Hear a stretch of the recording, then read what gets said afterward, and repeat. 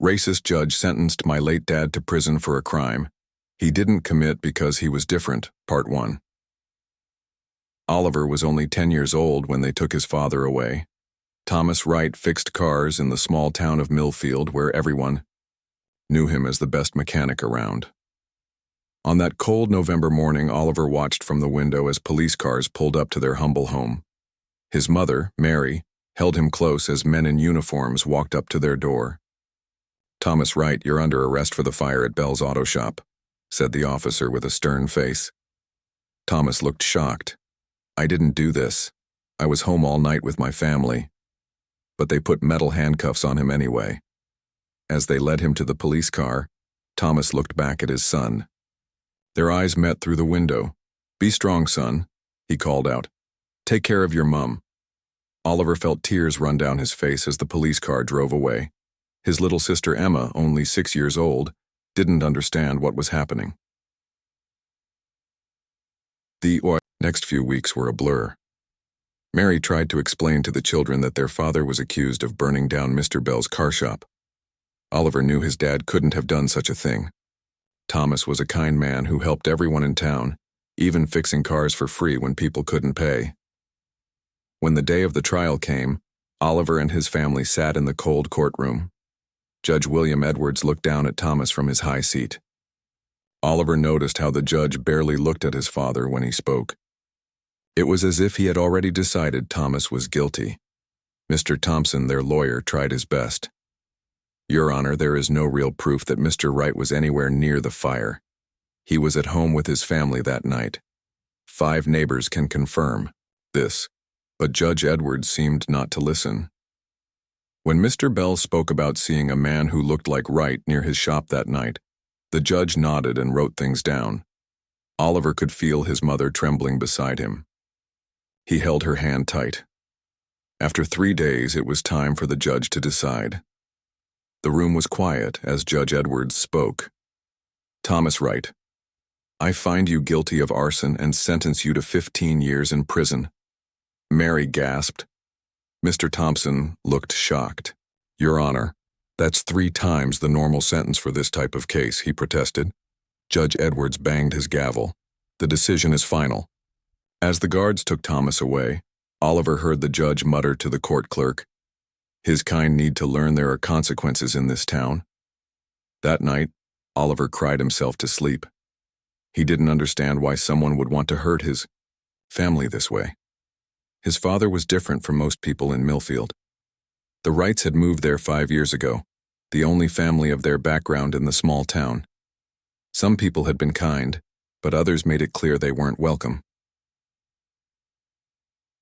The next morning, Oliver found his mother at the kitchen table with red eyes.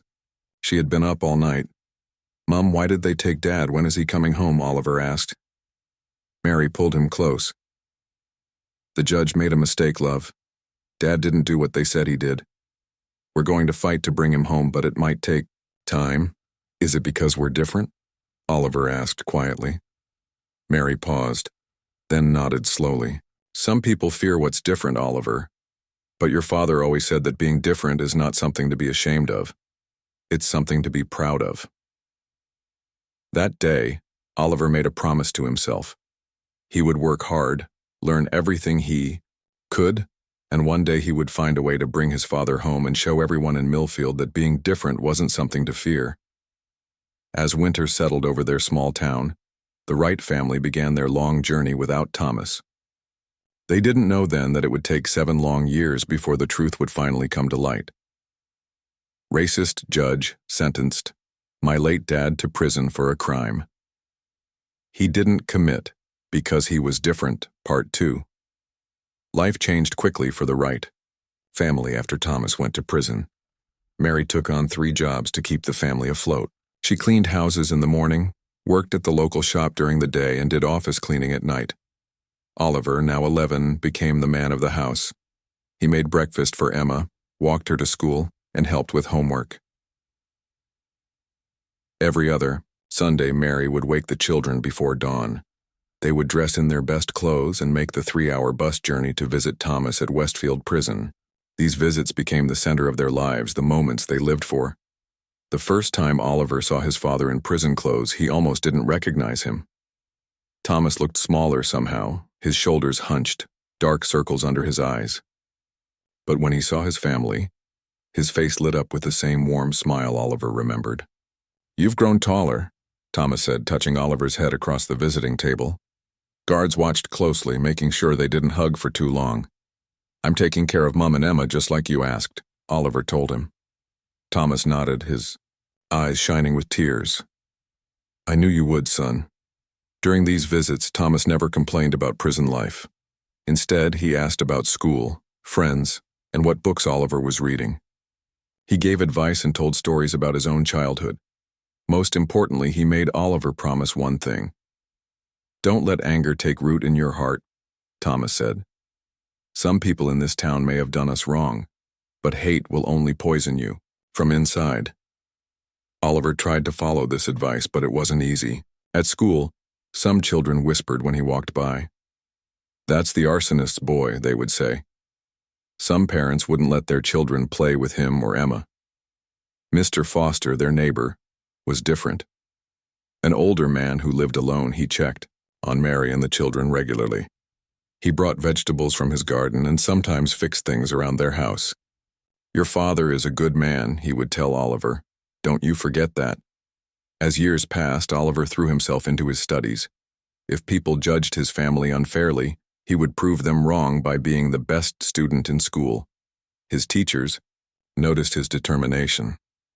By 14, he was top of his class in every subject. One day, Mrs. Patterson, his English teacher, kept him after class. "Oliver, have you thought about what you want to do after school?" "I want to become a lawyer," he said without hesitation, "so I can help my dad and other people like him." Mrs. Patterson smiled. "With your grades and determination, I believe you can do it." That evening, Oliver shared his dream with his mother. For the first time in years, he saw real hope in her tired eyes. "Your father would be so proud," she said. During their next prison visit, Oliver told his father about his plan.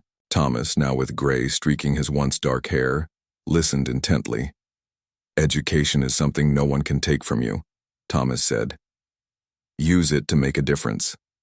Oliver noticed how prison had aged his father. Thomas coughed frequently, and his hands trembled slightly. When Oliver asked if he was sick, Thomas brushed it off. "Just a cold. Don't worry about me." On the bus ride home, Mary looked worried. "Your father isn't well," she whispered when Emma fell asleep. "The prison doctor doesn't take his complaints seriously." Oliver felt helpless and angry. That night, he wrote a letter to Judge Edwards pleading for his father's case to be reviewed. He never received a reply. Time moved slowly. Oliver turned 16, then 17.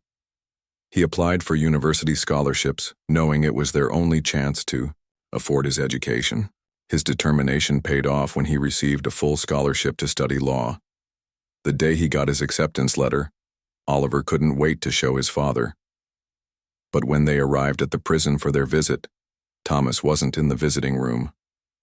A guard informed them that he had been taken to the prison infirmary with chest pains. As they waited anxiously for news, Oliver clutched his university acceptance letter. He had worked so hard for this moment, imagining his father's proud face. When he showed him, now he wondered if that moment would ever come. "Racist judge sentenced my late dad to prison for a crime. He didn't commit because he was different." Part 3.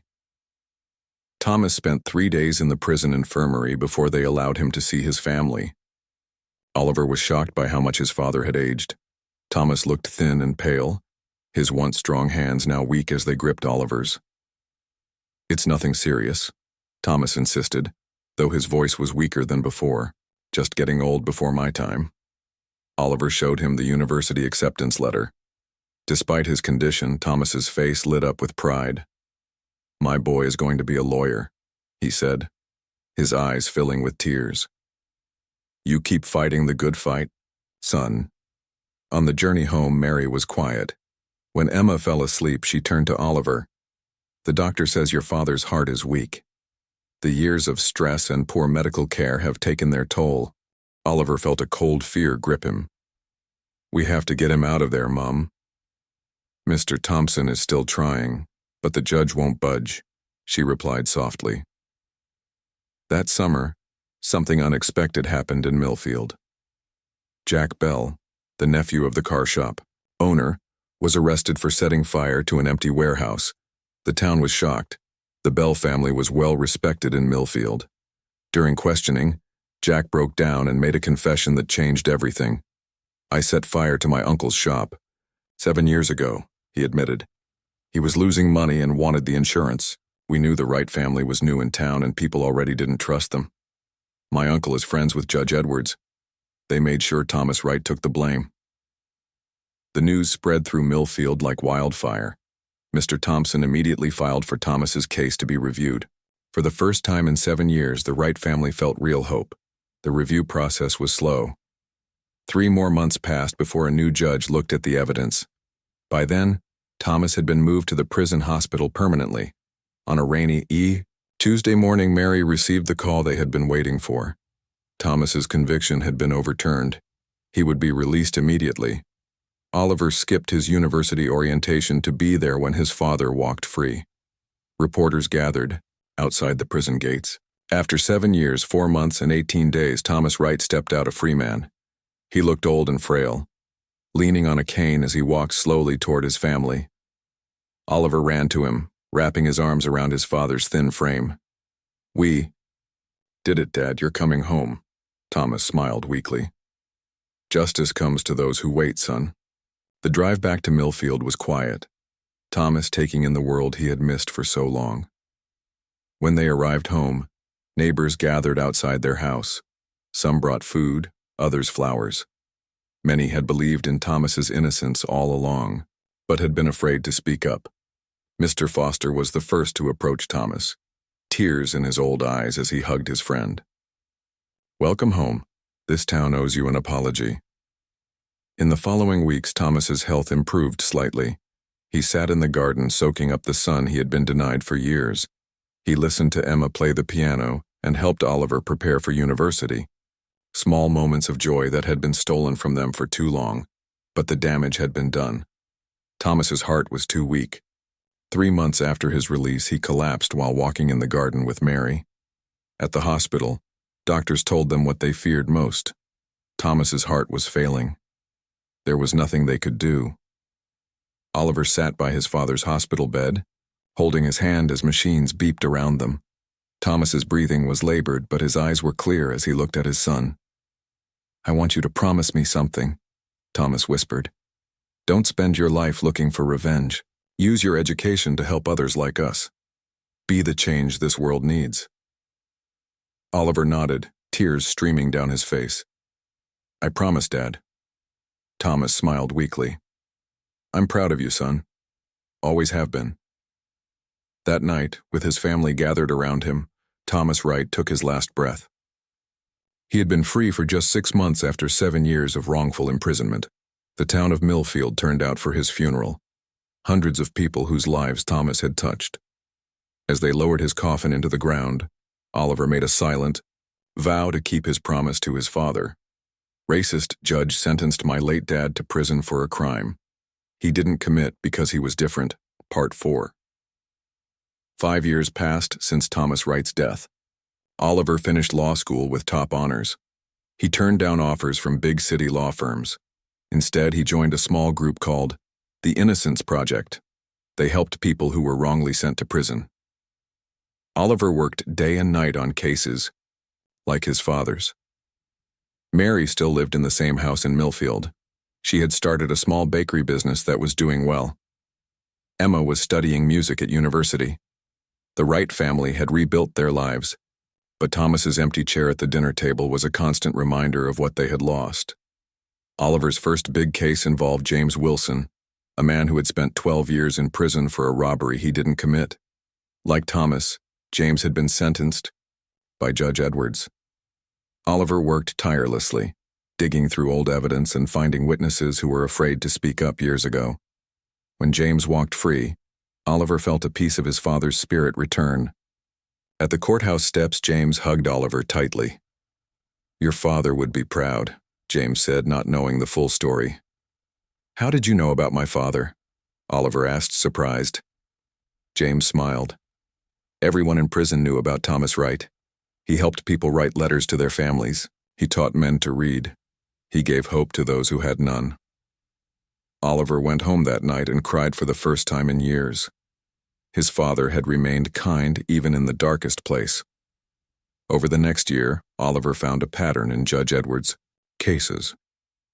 People who were different because of their skin color, where they came from, or what they believed, received much harsher sentences than others for the same crimes. Oliver built a team. They reviewed hundreds of old cases. They found witnesses who had been ignored. They uncovered evidence that had been hidden. 23 people who had been wrongly convicted were freed. The local newspaper ran a story about their work. Other papers picked it up. Soon Oliver was getting calls from people all over the country. One evening, as Oliver was leaving his office, a man was waiting for him in the parking lot.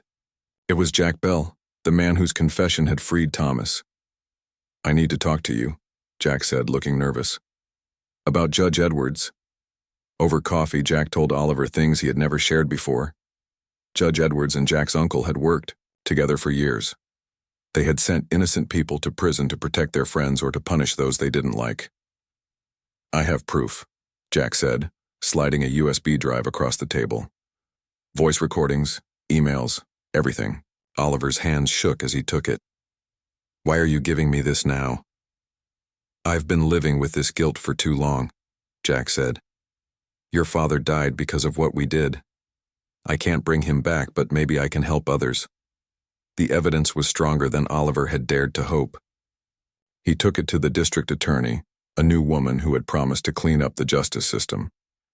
2 weeks later, former Judge William Edwards was arrested.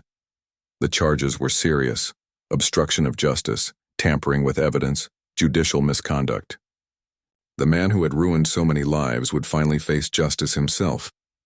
On the day Edwards appeared in court, Oliver sat in the back row. The old judge looked small without his robes. When their eyes met, Edwards quickly looked away. That night, Oliver visited his father's grave. He placed fresh flowers and sat on the grass beside the headstone. We did it, Dad, he said softly. Judge Edwards will answer for what he did, not just to you, but to all the others. As the sun set over the cemetery, Oliver felt a weight lift from his shoulders. For the first time since his father's death, he felt peace. Thomas Wright had not died in vain. His suffering had sparked a change that would help many others. Oliver stood up and touched the cool stone of his father's grave one last time before walking away. Tomorrow would bring new challenges, new cases, new people to help. That was his father's legacy, turning pain into purpose, injustice into action, hatred into hope.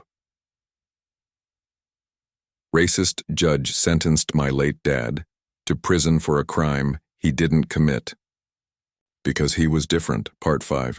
10 years had passed since Thomas Wright's death. Oliver was now 40 years old and had become a well-known lawyer. His work with the Innocence Project had freed over 50 wrongfully convicted people. Former Judge Edwards had served 5 years in prison before being released on parole. Justice had been slow, but it had come. On a warm spring day, Oliver stood on a stage in front of Millfield Town Hall. A large crowd gathered before him. Old friends, neighbors, and many faces he didn't recognize. Behind him stood Mary, now with silver hair, and Emma with her young daughter. Beside them were James Wilson and other men and women who had been freed through Oliver's work. The mayor of Millfield, a young woman named Rebecca Taylor, stepped forward with a large cloth-covered sign. Today we rename the Millfield Justice Center to the Thomas Wright Justice Center, she announced, to remember a man who suffered great injustice, but whose legacy has changed our town and our country for the better. As the cloth fell away, revealing the new sign with his father's name, Oliver felt tears in his eyes. The crowd clapped and cheered. Many of them had been children when Thomas was wrongly convicted. Now they had grown up in a town that had faced its past mistakes. After the ceremony, an old man approached Oliver. His back was bent with age and he walked with a cane. It took Oliver a moment to recognize Mr. Foster, their old neighbor who had stood by the family when others turned away. Your father would be so proud, Mr. Foster said, his voice shaking with emotion. He always said you would do great things. Oliver hugged the old man gently. I couldn't have done it without people like you who stood by us. Later that day, a young reporter from the national news asked Oliver for an interview. They sat on a bench in the town square, where a small garden had been planted in Thomas's memory. What drives you to keep fighting for others after all these years? She asked. Oliver thought for a moment. My father taught me that true strength isn't about power over others. It's about standing up when everything tries to push you down. It's about keeping your heart open when the world gives you every reason to close it. The reporter nodded. Your work has led to new laws protecting innocent people. Did you ever imagine you would change the system this much? One person can't change everything, Oliver said. But each of us can light a small fire that brings light to dark places. My father's suffering lit that fire in me. Others have carried it forward. That evening, Oliver drove to the small cemetery on the hill overlooking Millfield. He placed fresh flowers on his father's grave just as he had done every week for 10 years. We did it, Dad, he said softly. Your name is cleared. People remember you now for who you really were. As the sun set over Millfield, casting golden light across the cemetery, Oliver sat beside his father's grave. From here, he could see the whole town, the streets where he had grown up, the garage where his father had fixed cars, the courthouse where injustice had been done and later undone. Oliver thought about all the lives that had been touched by his father's story. Thomas Wright had been an ordinary man who fixed cars and loved his family. He hadn't chosen to become a symbol or to start a movement. He had simply faced injustice with quiet dignity and taught his son to keep his heart open. Sometimes the greatest changes come from the quietest people. Sometimes the deepest darkness gives birth to the brightest light. As Oliver stood to leave, he placed his hand on the cool stone of his father's grave one last time. The racist judge sentenced you to prison for a crime you didn't commit because you were different, he whispered. But in the end, it was your difference, your kindness, your strength, your love that changed everything.